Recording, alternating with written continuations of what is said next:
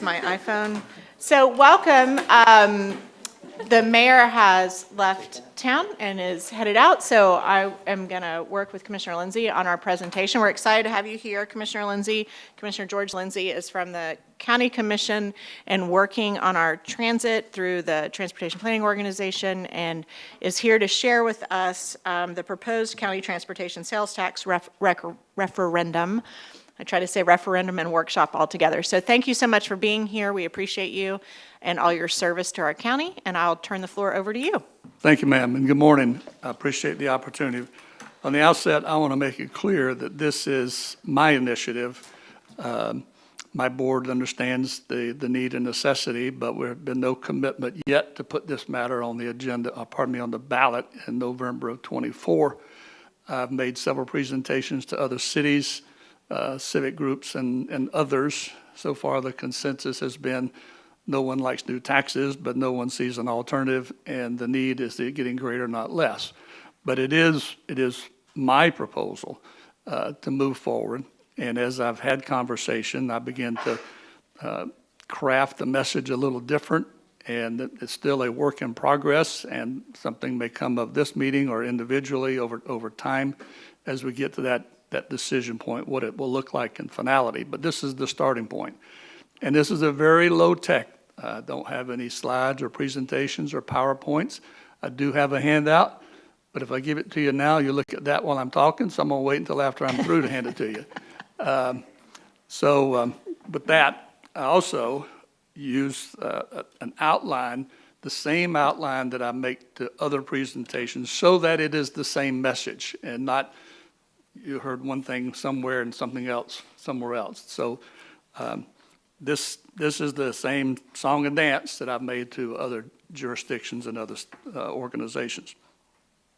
So with that preamble, the purpose of my visit is to start the conversation on how Polk County and our cities are going to meet the demand for transportation improvements in the years to come. As you well know, the expanded tax base and growth does add more revenue to our collective budgets, and it helps us to keep up with increasing costs of services. And those dollars help us to fund local law enforcement, fire protection, improve and upgrade spending for parks and recreation, allows you to attract and keep qualified employees, and helps us meet other growing general government demands. You also know your gas tax revenue, typically used for local street maintenance, is flat. And you know transportation impact fees do not create new capacity. Impact fees simply pay to replace the capacity that's taken up on new development. Impact fees do not and cannot be spent to fund shortfalls of the past. Cities and counties simply do not have a dedicated funding source of the magnitude necessary to fund major transportation projects. Here's some interesting statistics I would like to share. The 2020 census put Polk County's population a little over 725,000. 2 years later, the census update put us just over 787,000. If you project that rate of growth, Polk County exceeded 800,000 people last December and still growing about 85 persons a day. Another interesting statistic from TPO, between city, county, and state roads within our county, rated D or F as of 2022, there were 34 miles of D or F rated roads. If there is no significant change in 10 years, that will grow to 93 miles, and 10 years thereafter, over 300 miles. The My Road, My Ride initiative 9 years ago was an honest and sincere, but short-sighted and naive, and I was at the point of that spear. That message boiled down to simply, trust me, send us your money, and we'll do good things. That formula grossly overfunded transit and grossly underfunded basic transportation. As proposed, My Ride, My Road deserved to be defeated, and the message from the voters was clear. I was recently asked, so what has changed since that vote? Well, we're 9 years further behind, and over 100,000 people closer to 1 million population. Since then, we've learned several valuable lessons. There has to be more structure and specificity to any program of this magnitude. We also witness over time what passed or failed legal challenges in other jurisdictions. While this is still a work in progress, this transportation funding initiative proposes the following: a 1/2 cent sales tax, 20 years sunset, establishment of a transportation sales tax trust fund with clearly defined terms, conditions, and limitations of revenue. Identify sample candidate projects. If passed, we would be among 22 other counties with a 7.5 cent sales tax, both large and small counties. Early on, I had proposed a 1 cent sales tax, and we would have been the highest in the state, and that's certainly not a category I want to be first in. So instead of 1 cent for 15 years, it was adjusted to 1/2 cent for 20 years. Based on legal challenges in other jurisdictions, we learned current county commissioners cannot bind future commissions to specific projects 15, 12, or 15 years out. We simply don't know community needs that far out, but we can limit and define how the revenues will be spent from the trust fund. And history tells us revenues will simply follow demand. As an example, a few years ago, County Road 557 out of Lake Alfred to I-4 was on Polk County's unfunded list at number 34 of 40. With population shift and traffic demands, moved that project to number 4, and that project is now underway. The biggest improvement in this initiative over what was proposed in the past is a willingness to share the proceeds with our city partners. By using a variation of the state gas tax distribution formula, for example, Lakeland over the 20-year period would yield about $220 million. As an example, Winter Haven's share would be about $92 million over that 20-year period. As you know, local dollars are strong magnets for state and federal funds. When approaching the state and the feds for project participation, the first thing they ask is, how much skin in the game do you have? In this plan, the cities and the counties will be bound by the trust fund covenants. As an example, currently the county commission collects impact fee dollars for the school board. The school board makes a formal request, identifies the project, the budget, and the timeline, and the board acts on that request. With this transportation funding revenue sharing, the cities will make a similar project and budget request. As I mentioned earlier, one of the often heard comments several years ago, shouldn't the expanded tax base and growth fund transportation needs? Well, at first blush, you would think so. In fact, our county budget this year saw a 17% increase in property tax revenue. Surely much of that has to be available for roads. Regretfully, that is not so. About 84% of all county revenues comes in silos with a lot of strings attached. I'm sure your revenue stream is not much different. As an example, Polk County Utilities operation is an enterprise fund supported by rates and fees. The landfill operation is also an enterprise fund. Indigent healthcare operations has defined and restricted revenues. Tourist development bed tax has specific spending limitations. Of all the fund sources, the county commission and the cities have the greatest spending latitude over ad valorem taxes. In our case, the daily operation of the sheriff's office equals over 60% of all ad valorem revenues. Add to that the cost of his communication support, maintenance and insurance on his buildings, inmate medical expense, both in the in-house infirmary and outside hospitalization of inmates, now approaches $20 million a year. Also add to that our share of public safety obligations, the public defender's office, state attorney's office, the coroner's office, parole and probation, in support of the court system. Now you're approaching 70% of all ad valorem. Then toss in the occasional unfunded mandate from our friends in Tallahassee. In recent years, the County Commission has dedicated 1.2 mills of property taxes for new roadway construction. From this property tax source and some impact fee dollars, over a 4 to 6 year period, we can set aside enough funds to address maybe 2 or 3 projects on an ever-growing unfunded project list.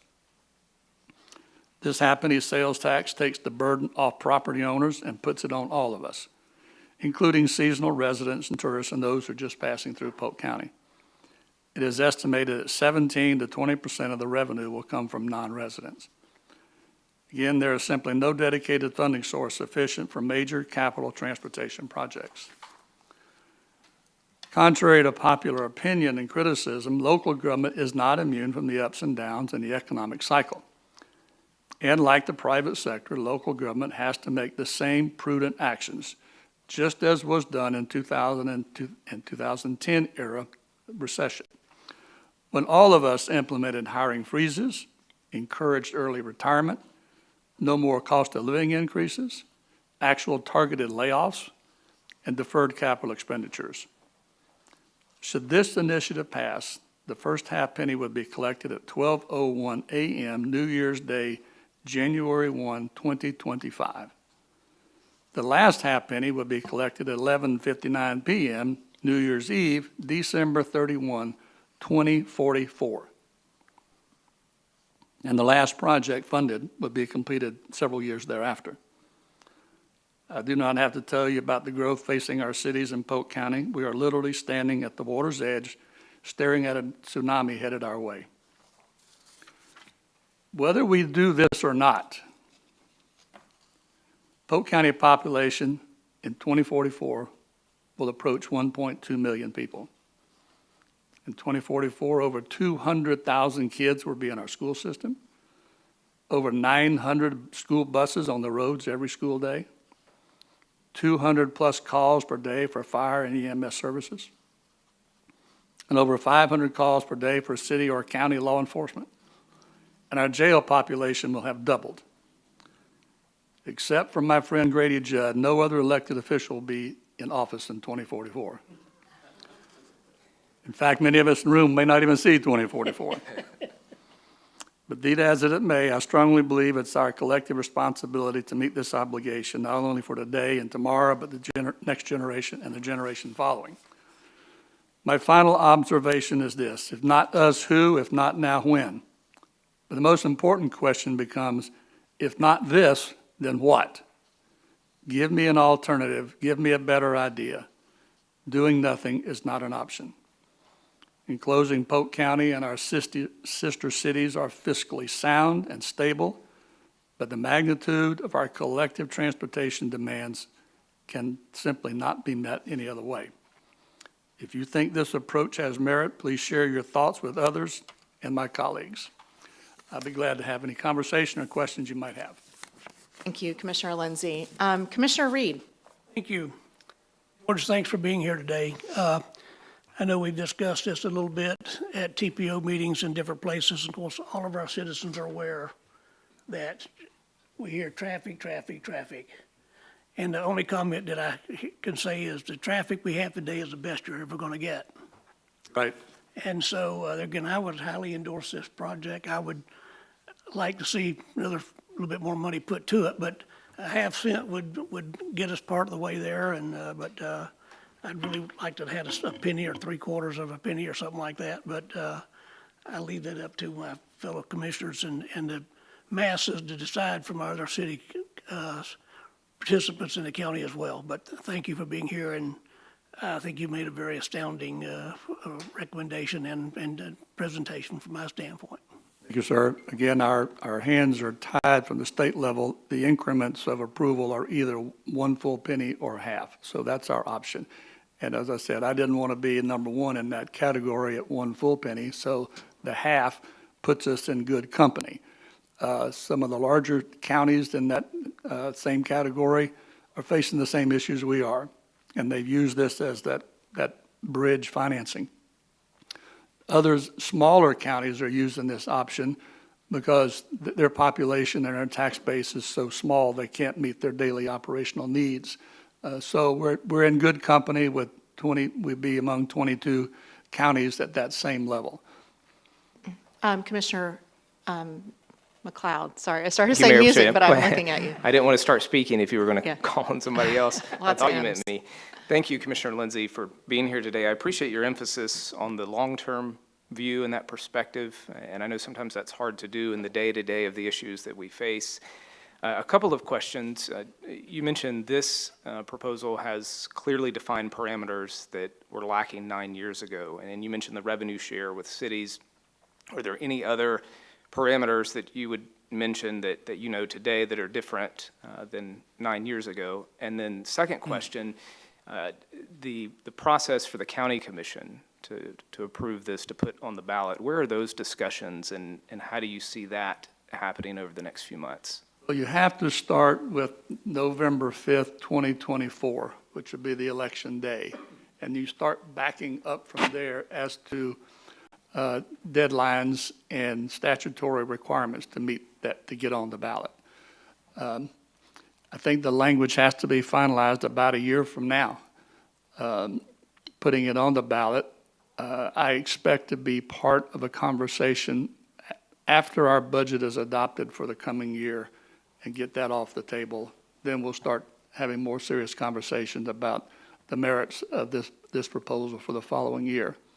I have reported back occasionally to my board that the consensus so far is, again, nobody likes new taxes, but there's a price we're willing to pay for a transportation system, and this seems to be the most equitable, the most beneficial, and the most appropriate route.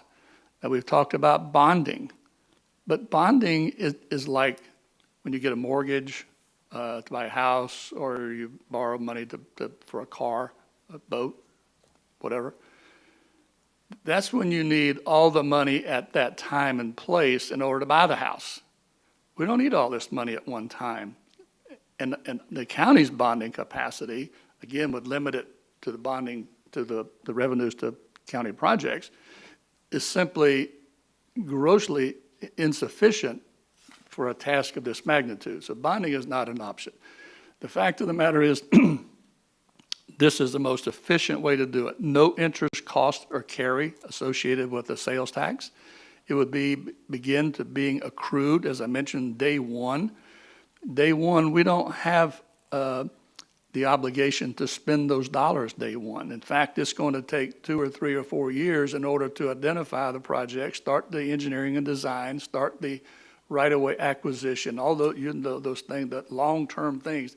In the meantime, we start accumulating those dollars. So at such time as the project is permitted and ready to go, now we got the cash to do so. And it comes in as we need it over the 20-year period.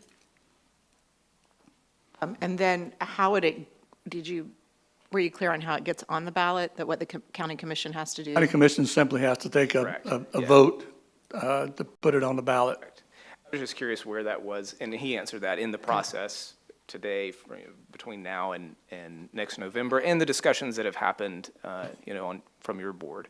Yes, I made abbreviated version of this same appeal to TPO, which some of you serve on.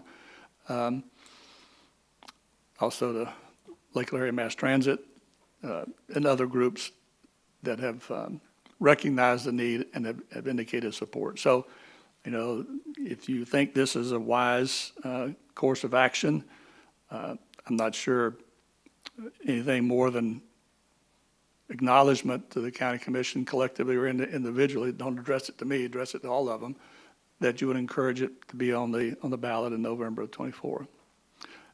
What I have learned in my conversation with the other cities that I've visited so far, my first impulse was that the vast majority of these proceeds that's shared with the cities should be dedicated to projects that create capacity. Now, that's a very loosely defined term, but I think there needs to be a lot of flexibility in that because it needs to be multimodal, although capacity is our shortfall. Capacity should be part of that, a major part of that spending plan. But that would include improved intersections and sidewalks and multimodal facilities. But again, the emphasis should be on doing those things that help move transportation, move people, goods, and services around. But there's more than one way to do that. And I wouldn't expect the cities to come forward in their first ask for the entire 20-year period, but simply, this is our 5-year capital plan we'd like you to consider, or 6 or 8, pick a number. There's some structure that says, this is what we expect for the 5 years. Those kind of commitments the county commission can make based on precedents. We can't come back and say, well, we're going to give you money for 18 years out, and we don't know what the project is. That's outside the boundaries. But in appropriate incremental bites that have an identified project or group of projects, it doesn't have to be one single project. It'd be a intersection here, adding turn lanes here and there. And I think it would be appropriate that some of the dollars, some share, be allocated to maintain what you already have. I wouldn't want that to be, the major part of it, because that simply is taking care of what we already have, as opposed to creating the capacity that is clearly on demand.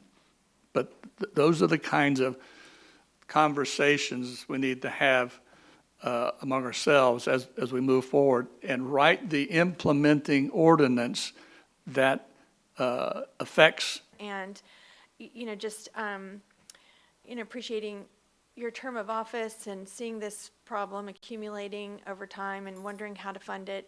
We live in the free state of Florida with no income tax, but, then they wonder why we don't have transit or anything, because we don't have the taxes to pay for those things as we urbanize. And, but I will say, when I think about the sales tax, I'm always trying to get creative on, like, how did Greenville, South Carolina go to the next level as a hospitality tax, or how people find dedicated revenue streams for particular things. And the gas tax, in my mind, it's kind of a user-based fee. You've got giant, fleets, and, you think, well, they are wearing down our roads faster than, our citizens, but then they have to fill that gas tank with an extraordinary amount of fuel, which, if it's taxed, then you feel like they're paying a commensurate amount of tax based on their usage of the road with the gas tax, So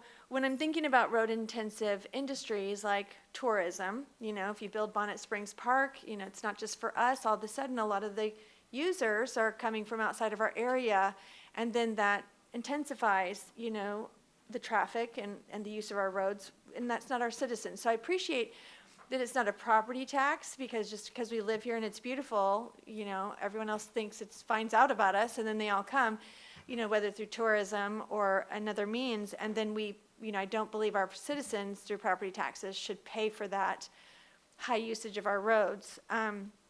But with the sales tax, I know you're saying that it's an equitable sharing of costs, and I can appreciate, I certainly think that, paying a half cent for all of us collectively when we purchase things is better than, figuring out how to come up with billions of dollars, money to make some headway on these projects that we're behind on. There's just in my mind, I feel like the most palatable sharing of costs is when you feel like, if I use less electricity, then I benefit. I pay less for my electricity. I have a way to find an efficiency based on my usage. And I feel like with this growing burden with transportation, that certainly we do have to say, how are we going to help bear that burden locally? We have to, at the county level, the city level, we have to contribute funds to those state and federal dollars, like you're saying. But does this kind of alleviate a pinch point so that there's no pressure on getting another funding source, either from the federal government or from the state, to address these costs as well? Like, I certainly want to step up to the plate and pay for the usage of our roads and to contribute locally. I think we should, and maybe the sales tax is the best way. I just feel like we have other things we want to pay for locally, and not just the roads. And to me, the legacy or the traditional way of paying for road infrastructure with the gas tax, what made sense in my mind. I think it made sense in people's minds that if I ride my bike and walk everywhere and I'm not putting undue stress and burden on my road transportation system, I can save money because I'm not having to fill my gas tank and use those roads. But yet I'm penalized because I see large trucks and fleets and then, tourists coming into my town, and then I'm having increasing potholes and more expense. And I just, that's the thing that I kind of feel like will need to be addressed in the next year is I feel like citizens know that traffic is worse than it was. And they kind of think, is this my fault? Just because we've become attractive and everyone's moving here. I don't know if I use the road anymore. I don't know if, I should particularly have to pay for the undue stress and burden of more tourism or more fleets. So in my opinion, maybe it's my marketing hat coming out of me in my other world to say when we have these conversations, I would suggest that at least be addressed, that we address it. The traditional revenue stream has plateaued. And that's part of the problem. I think that's why we're here, because the gas tax is not enough. And I just would hate to see local governments have to unduly carry that burden in lieu of finding, whether that's charging infrastructure with EV cars. I mean, I feel like we need to address this issue at large, that the gas tax, the revenue source that we've had that's paved our roads and built our new capacity is not sufficient. And should that be all on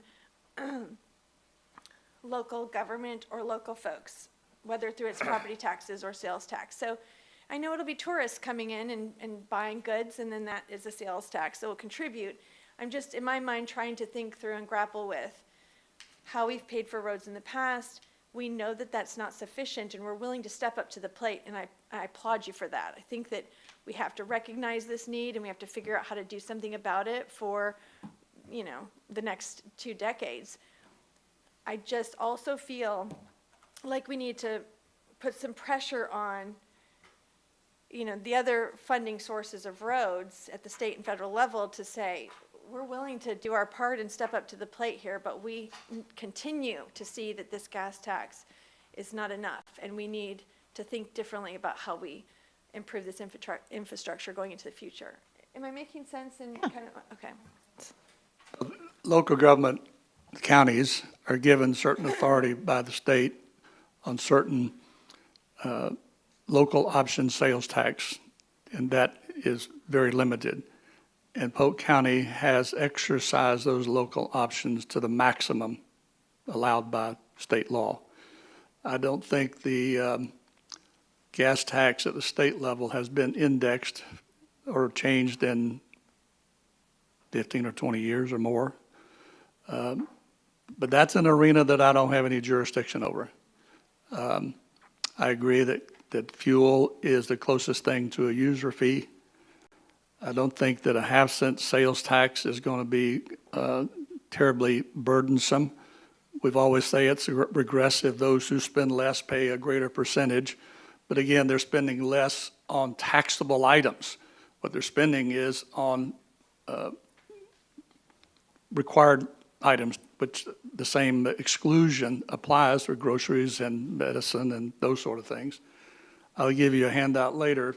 For example, the maximum that on any transaction, if you bought a new car or boat or truck or whatever, the maximum is only the first $5,000 of any purchase. That adds $25 to the transaction. A large iced coffee at Dunkin' Donuts will cost 2 cents more. A grilled chicken sandwich at Wendy's will cost 4 cents more. Obviously, that's going to have a heavier burden on some than others, but and as I mentioned earlier, the folks you said that are coming and going, enjoying our facilities, that's estimated to be somewhere between 17 and 20% of the revenue will come from those who are here during that time. Hopefully, they're also buying gas to get home, wherever their home might be. The current gas tax formula is flat because the increased efficiency of the fleets, and also not yet a major impact, but it will be over time. The EV vehicles don't pay gas tax. There will probably come a time when, again, it's in the purview of the state legislature, on the renewal of tags or licenses of EVs, there'll be a surcharge for their proportionate share of what they would have normally paid in gas tax, whether that's $200 renewal or $250 or something of that magnitude. But my guess is that the state will wind up keeping the largest majority of that anyway and not sharing it with the locals, but that's within their jurisdiction. If there was an alternative, I would be pursuing it. To rely on the state or the feds for a continuing, reliable, sustainable contribution of the magnitude that this would produce over 20 years is unrealistic. Every administration has its own priorities and its own focus and dealing with this, whatever the news or the issues are of the day. Our focus collectively, cities and the county, are the here and now and what's right in front of us. And if there was something else that's going to produce, I'll hand this out so you can look at it while I was talking. A little over $2 billion over 20 years. I know of no other source that would produce that kind of money over a 20-year period on a sustainable basis. Certainly not the state or the feds. But when you take your local proportionate share and you tell the state and the feds, we're going to put in 70%, 80%, some number, then that manifests itself to a larger contribution to make the project work. And I was having some conversation recently with some representatives of Senator Rubio's office that we don't expect you to fund our local roads, but what we expect is a reimbursement of when we improve local roads to the benefit of state and federal highways. It takes the burden off of 98 north or 98 anywhere, 92, 27. If we're making those local improvements to take that pressure, then we think we deserve some consideration. Again, not to fund the entirety, but make a contribution toward that effort. Again, that's the message that we share with our delegation. Commissioner Music. Thank you, Commissioner Johnson, and I appreciate meeting with you earlier and digging through some of those numbers. And I've always been a proponent of putting something on a ballot because then it's letting the individuals decide. And Commissioner Madden, when we sit and think about where money's coming from and where the sources need to be, I always get reminded that when we think of an Austin or a Greenville or a Carmel or some of these places that we look and admire, the government doesn't generate revenue, right? They're taking it from us somehow, whether it's a gas tax, a new EV tax, a half-cent cess, whatever it is. I mean, so ultimately, we can take it and move it as a shell game one way or the other over what we're going to do and where we're going to get that money from. But I mean, until the government itself is out there selling popsicles that everybody's buying, they're taking the money from us. So not only do we need to be diligent to make sure that they're taking as little as they can and being as effective and efficient as they can with those monies that we're taking, but also when we're behind the eight ball like this, how do we look and say, okay, citizens, this is what we're up against because you're all driving it every day. How do we do that and still give them the option to say yay or nay? What I did have a question, have you done any research on what the other municipalities that have looked at a similar tact how has the vote turned out? It runs in cycles. Some cycles, there'll be 4 or 5 initiatives across the state that will pass, and then the next cycle, there'll be 5 or 6 that won't. So I would say it's mixed. Okay. But the ones that are most successful are the, I call Christmas tree ordinances or initiatives. There's something under there for everybody, whether it's parks or roads or whatever you want to throw under the Christmas tree. They typically have a greater chance of success. But in my opinion, that simply dilutes what you're trying to accomplish, and you're simply delaying the inevitable because it will give you a short boost, but it's not going to be a long-term major benefit.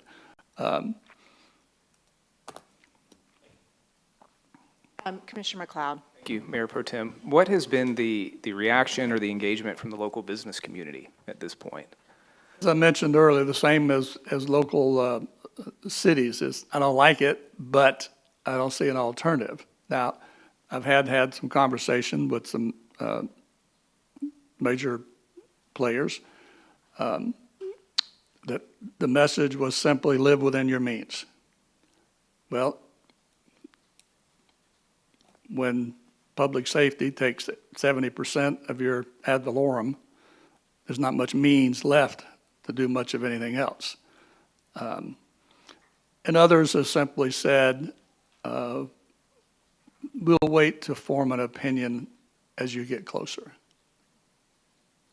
So I think, again, it's going to be part of the community conversation. Commissioner Music's right. Government doesn't create dollars. We take it from the public in various forms. Some of it is fee for services. Others is simply across-the-board taxes or fees in some other fashion. But it is through the elected officials that the public tells us what services we want and what we're willing to pay for. I think we are at the tipping point for transportation that the public says, okay, it's 9 years later, the pressure is greater, and for 4 more cents on a hamburger, I'm willing to pay it. I think we're there. I hope we're there. And by the time we get to November, another shortfall of the My Road, My Ride initiative was there were not outposts of support. It was made, for whatever reason, good or bad. But I think this initiative does have support in the municipalities scattered throughout the county, each of them dealing with their own issues. And that's why I think we need flexibility in the implementing ordinance to allow the flexibility. What Lakeland needs for its road improvements is very much different than Auburndale.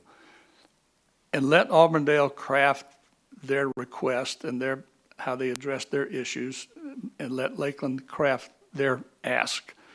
I have a list here. If we were to fund the projects on our list today, these are the projects we would start with, and I'll share that with you. But again, that is a moving target. That's just a snapshot in time, just like the road out of Lake Alfred.